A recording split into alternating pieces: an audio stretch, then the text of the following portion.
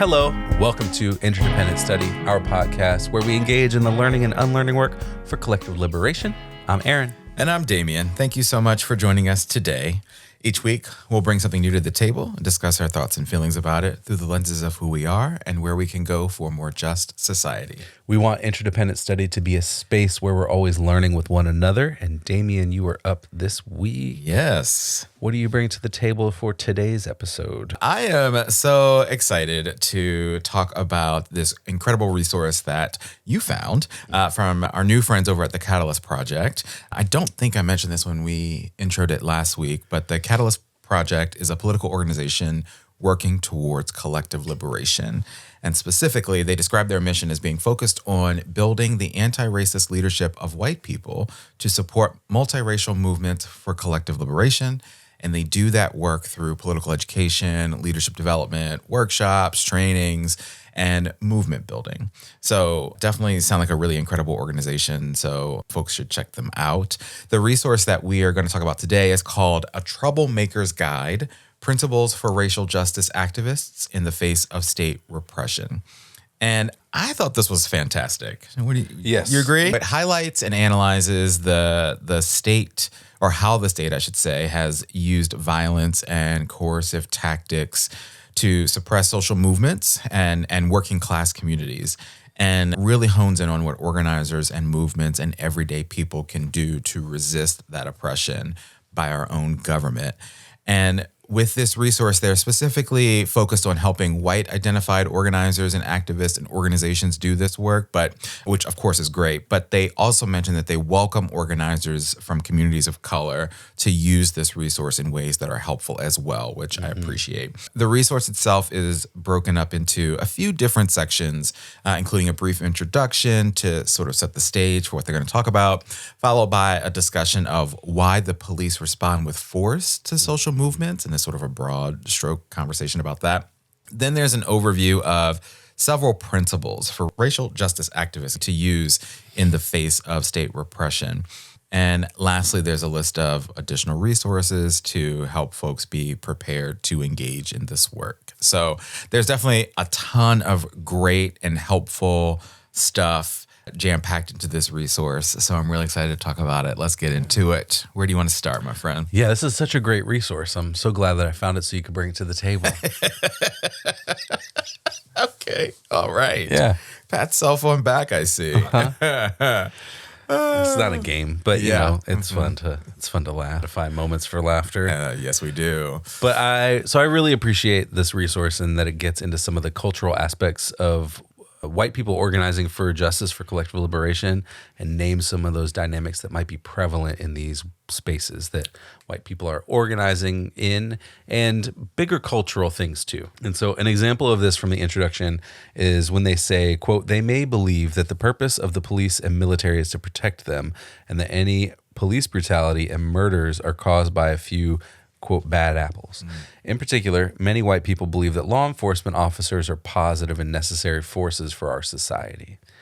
And so we've talked about this a lot here on the podcast, how that line of thinking is so prevalent for white people, but also lots of people in this country. It's propaganda that we internalize early and often in the United States. Yes. And, you know, I think it's important to name that. And I think that's such a key ingredient to name in the introduction. Absolutely. Yes. Early on in this work. Yes. Yeah. And then another point that they make in the introduction is about fear. And so they say, quote, "Fear is one of the state's strongest weapons.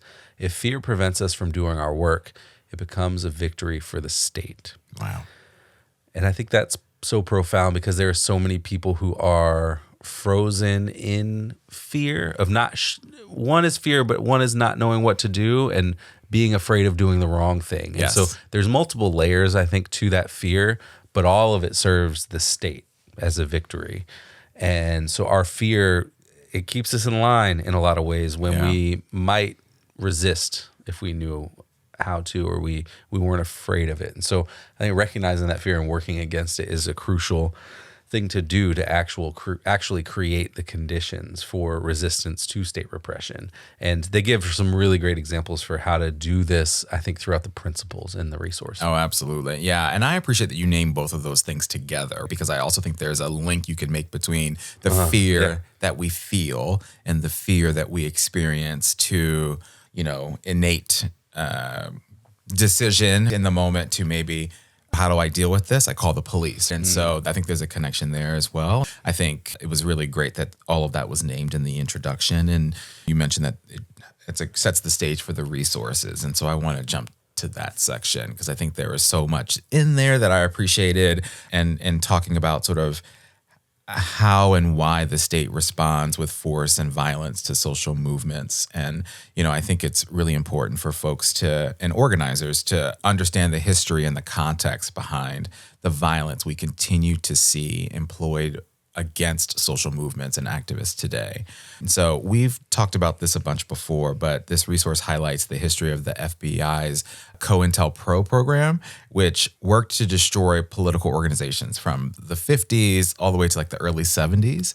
But this resource goes on to highlight how the tactics from that program, or that program employed, are still being used today, even though COINTELPRO has been eliminated. And so those tactics include breaking into and raiding the homes and offices of activists and organizations, imprisoning people on false charges for both political and non-political activities, using fake or doctored evidence to arrest people, planting false information in the press and spreading misinformation, contacting employers to get activists fired or even landlords to get them evicted, making activists look like police informants to create distrust within organizations, issuing grand jury subpoenas to intimidate folks, and then even sending anonymous death threats to activists. Mm-hmm. And, while all of that I think is wild and clear ways that show how the state is still working to squash movements in our present day, I think what the Catalyst Project does a really great job of here is reminding us of why it's important to keep fighting, despite or in the midst of all of that, or in spite of all of that, I should say. So they say, quote, "While learning about these tactics the state uses to disrupt our movements can be scary, it's important to remember that wherever people are working for a liberated future, we gather strength from each other and find ways to resist.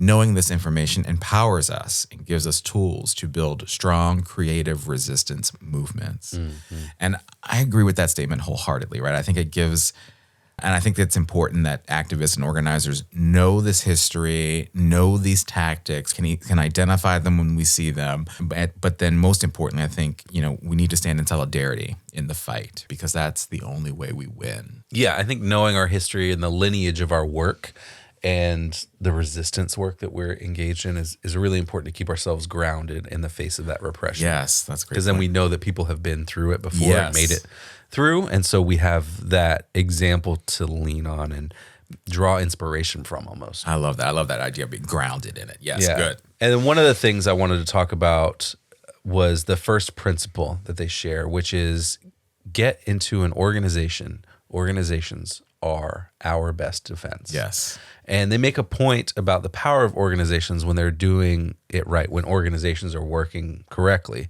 They say, quote, "Organizations that prioritize leadership development and building lots of people's skills and leadership are harder to take down than projects that can be undermined by picking off a single leader who holds most of the skills, experiences, networks, and clout." Yes. And so, as you mentioned, the FBI is skilled at disrupting organizations. They've been doing it for decades through COINTELPRO, and before that with RACON, which we learned about a few weeks ago. Yes. But when we're sharing power and skills in these organizations, it's like fighting with a hydra. And so you knock off one leader and three more pop up in that one's place. Right. And so they can't beat us when that's the reality we're facing. And so I think it helps reorient both ourselves as individuals to be in organizations, and then also organizations to push for everybody to be building leadership and building skills in the ways that work for them. Absolutely. Yeah, I love that metaphor, whatever you call it, for them. Hydra. Yes. And you're right. The government and the state apparatus is very skilled at what it does. Yeah. And so there are so many incredible resources in this guide that I think folks who are engaged in this work should really check out. And that first principle, if you will, was a great one to sort of set the tone and the stage for everything else that's in it. I want to fast forward to the end of that principle section because they talk about there's this great tool that's helpful for racial justice activists and organizers to use in the face of state repression. It's an assessment tool that they included at the end here that help folks to identify and continue to work in ways that align with their values and remain committed to racial justice. The tool itself was adapted from the Bay Area Commission to Stop Political Repression, and it helps both individual activists as well as organizations as a whole to do some work to self-assess their preparedness to combat and respond to state repression. And so it's a simple Likert scale questionnaire around what you as an individual would do if the FBI or the state shows up at your door or contacts you or even detains you. And for organizations, it's all about assessing your preparedness around those same questions, as well as your readiness to integrate new members, handle disagreements and interpersonal conflicts, and then support folks who have been targeted by the state. And I just thought it was a really great tool to follow all of the amazing principles and resources that they cover in this guide to help organizers and activists and organizations reflect on everything that they learned from those principles and hopefully put it all into action. I think above all else to stay safe, but certainly also to be prepared and to continue the fight and the work. Yeah, that assessment is a great way to reorient yourself to considering safety plans and how we need to be prepared, both as you said, individuals and organizations. And absolutely. As I read through it, each question prompted a whole lot more questions for me of, oh, what do I do? Or what should I do here? How should I be prepared for that? And I think that's moment. That's a great point. Like I said, it's a simple Likert scale, but hopefully it then prompts you to do some thinking, regardless of whether or not you even feel the most prepared. It's but what if, and what do I do, and how do I protect others? There's so many more questions you can ask yourself when you complete the assessment. So I love that point. Yeah, it brings up a whole lot more planning and to-do list items, I think. Yes. Prompts a lot. So one of the other things I really appreciated was the very concrete, practical advice that they had in the Principle 7 section, which is don't spread rumors or amplify conflict between individuals or organizations. Yep. So they had a couple of best practices sections within this principle that focused on what to do with rumors. In particular, that's the one I'm going to share. So they suggest when hearing about or asking after information, ask yourself if you really need to know or if you're just curious. Yeah. Don't give any information about conflict or internal dynamics of organizations to people who don't need to know. Verify from multiple primary sources before believing it or acting on it. And when other people are spreading rumors or information, talk to them about why it's important not to spread this type of information. Yes. And it's really great advice about addressing conflict and, I guess, the rumors of conflict directly rather than letting them float around and cause havoc and create chaos or more discord when it might be something that is easily addressed in a conversation, but when it sort of floats around as a so-and-so and blah, blah, blah, and then there's rumor and there's gossip about it, that festers. Yes, and I think this is really getting into don't do any of that. If you're not involved, keep your nose out of it. Absolutely. Unless you have skill to offer in helping to resolve or address the conflict, I should say. And yeah, it really talks about don't gossip, don't participate in the rumor mill of this. Because it is a way that we know that state organizations like the FBI have sowed discord in particular to break up organizations. Absolutely. And I particularly love that one point you said, don't give information to people who don't need to know. And I think it's probably common sense for folks to recognize that obviously includes the state and the state actors as well. But I think it's just sort of a great, all of those sort of bullet points are great pieces of advice, regardless of the situation you're in. And you're right, the what rumors can do to an organization is powerful. So yeah, all of the principles are so great. I would encourage folks to check them out. We're going to switch gears here. We're going to talk about application. How does this resource and our conversation about this resource apply to our everyday lives and work? I really hope that your application is focused on some of the practical application from this resource, because there is plenty of it for sure. I actually want to, if you indulge me, I want to share the poem that the Catalyst Project included at the end of this resource, because it was incredible. I read it multiple times. I just really loved it. It's called RSVP, and it was written by Terry Bisson and was originally published back in 1985. What a great year that was. So I'm going to share the poem as my application. Let me get my bongos for this reading. Please, yes. It's a little long, folks, but I don't care because it's great and you're going to listen to it. All right, here we go. RSVP to the FBI on being subpoenaed to give information to a federal grand jury investigating revolutionary movements inside the USA. Thank you for handing me this invitation to talk to you, but I am otherwise engaged. Thank you for offering this opportunity to have a heart-to-heart with the murderers of Martin Luther King and Fred Hampton, not to mention Crazy Horse, Michael Stewart, and Eleanor Bumpers, and the nameless millions who do have and will have names, but I am otherwise engaged. Thank you for inviting me to sit down with the brothers of the Somocistas, as you describe yourself, their long knives eager for the blood of teachers, the blood of nuns, the blood of Sandino, which is right now running bright like a river in the veins of young Nicaragua. But I am otherwise engaged. Thank you for giving me this opportunity to spit on the graves of Sacco and Vanzetti, to dishonor the memory of the Rosenbergs, or of my ex-father-in-law, who spent 10 years not being an actor rather than 10 minutes of being a collaborator. But I am otherwise engaged. Thank you for inviting me to run with the hounds, howling through the ruined cities, trying to hunt down the FALN, the BLA, the 10 or the 100 most wanted, most ready and willing and able to resist with arms and heart and ideology your worldwide crimes. But I am otherwise engaged.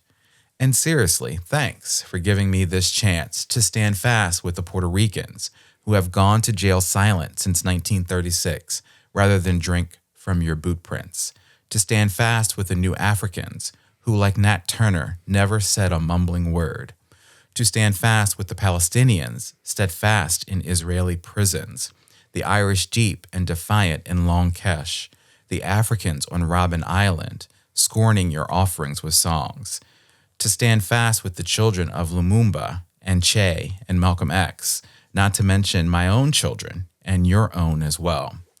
Thank you for this chance to stand not with the defeated, but with the defiant, who pick up the gun, who pick up the pen, who pick up the baby and the struggle.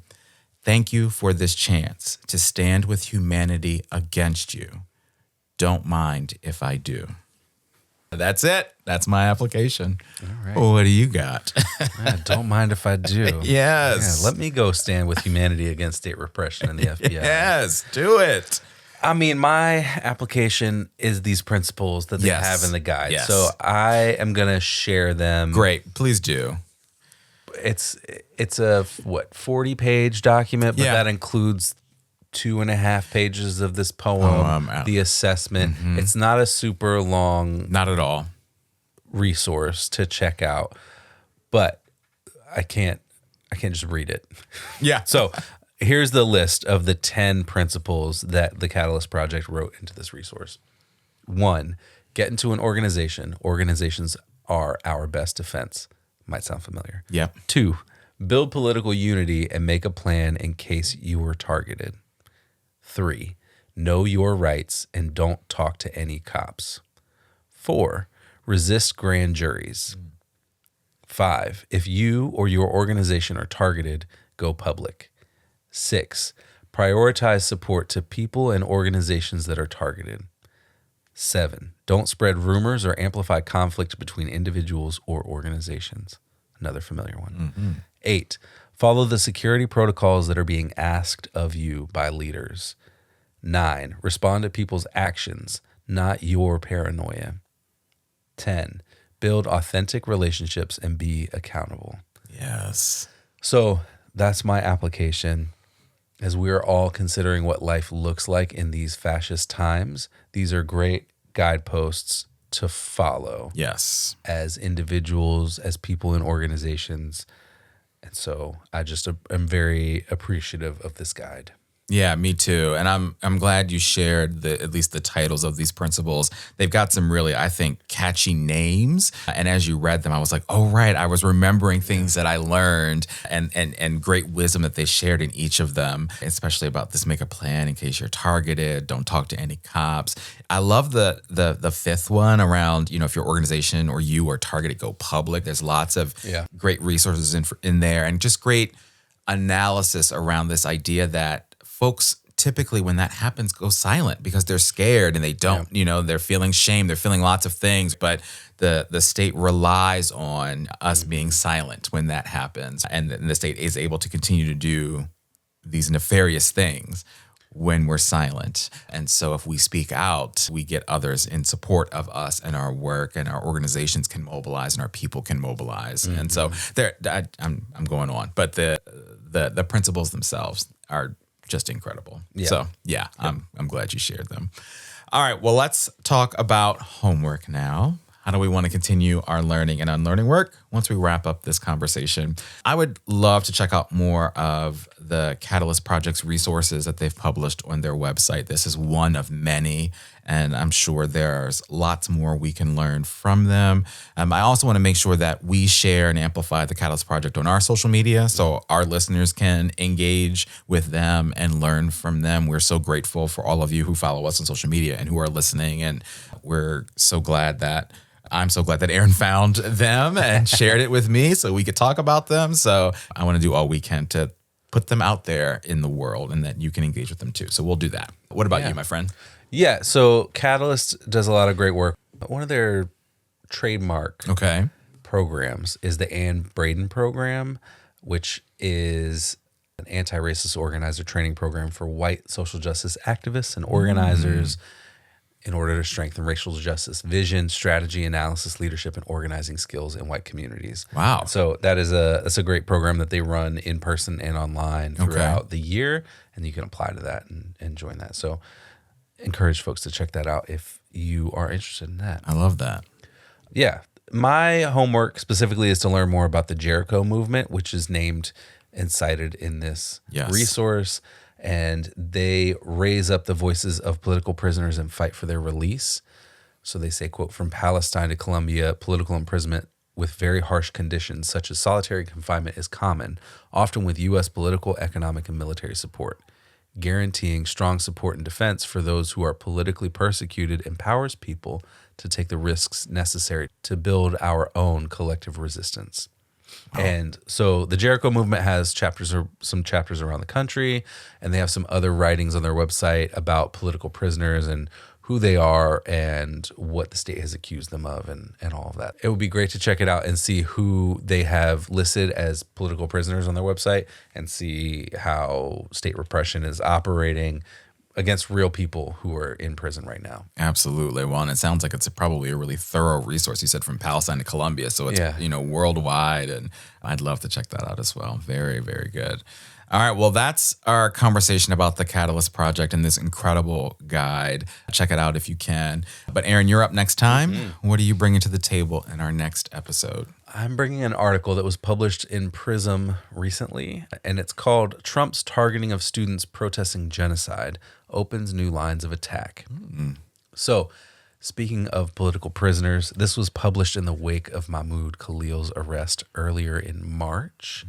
And this article was written by Neha Madhira, and she opens the article with this. Quote, after former Columbia University student Mahmoud Khalil was detained in a Louisiana Immigration and Customs Enforcement facility on March 8th, President Donald Trump vowed that his arrest would be the first of many to come. And so I think as we talk about how to resist state repression with today's discussion and resource from the Catalyst Project, we also have to talk about how it's happening in real time around us right now. Absolutely. I love that. So this is sort of a real life application of all that we just talked about today So I'm very much so looking forward to that. And Prism does some great stuff. So I'm excited. Very good. All right, folks. Well, with that, we want to thank you for joining us today. You know what we want you to do here, but in case you forgot, please follow, leave a rating and review, share our podcast with everyone you know, follow us on social media, including Instagram, TikTok, and Blue Sky. Check us out on YouTube and sign up and join us on Patreon to get notified about any new things we've got going on behind the scenes. Yes, thank you so much for listening. And remember, it's not about us, but it is about all of us. And we'll talk to you next week.